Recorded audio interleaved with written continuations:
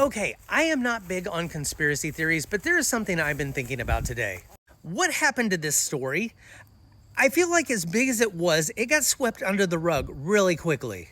Where are all the documentaries on this guy? It seems like almost everybody has forgotten his name by now. Within weeks of the arrest of R. Kelly and P. Diddy, there were already documentaries made about them while the news was still coming out about them.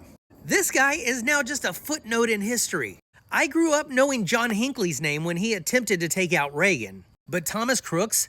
Who is that? It seems like the media buried this story quickly and quietly. But why?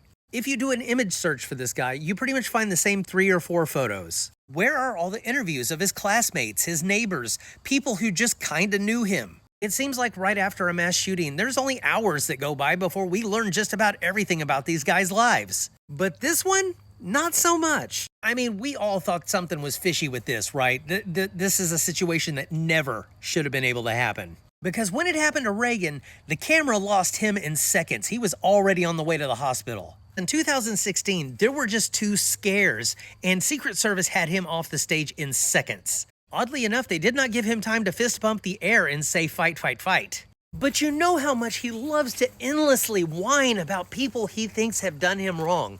But he doesn't mention that guy at all. Sure, we saw this for a few weeks, but after that, there have been pictures and videos of his padless ear. And where is the scar? After all that bleeding, no scar? And also, ears don't tend to bleed that much. I had a friend who had an earring ripped out of her ear, and it didn't really bleed that much. But this seemed like quite a lot of blood to not really carry much of a scar. Now, because I am not a conspiracy theorist, I'm not going to say what did or did not happen in this situation.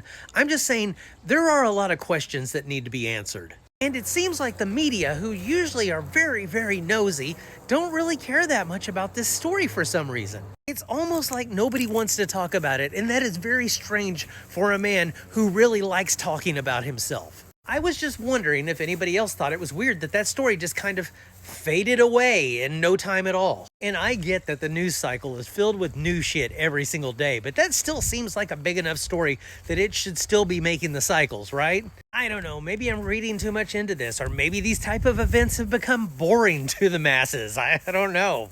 But the fact that it is not really that big of a story anymore is kind of interesting to me.